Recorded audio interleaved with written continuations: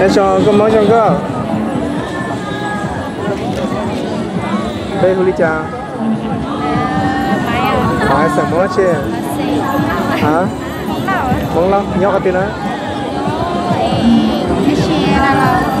Nhóc là lẩu hả? Nhóc chỉ cho hay lẩu? Mai mai cái tôi sao tông đi cha nó.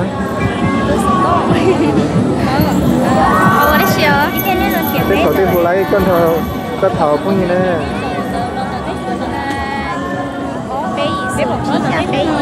Hai đứa trong gì á? Có cho nên mà nè, có cần đó là chỉ cả là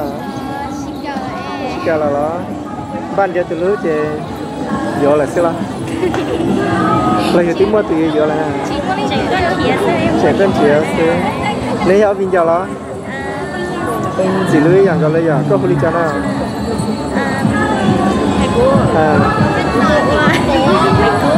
bao hoa mấy cú sắm mua chứ sành xong nhau chi cho thế là mấy cú sao tông đi chả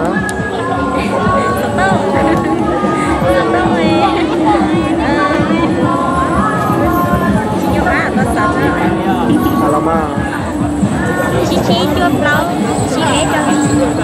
Macam mana?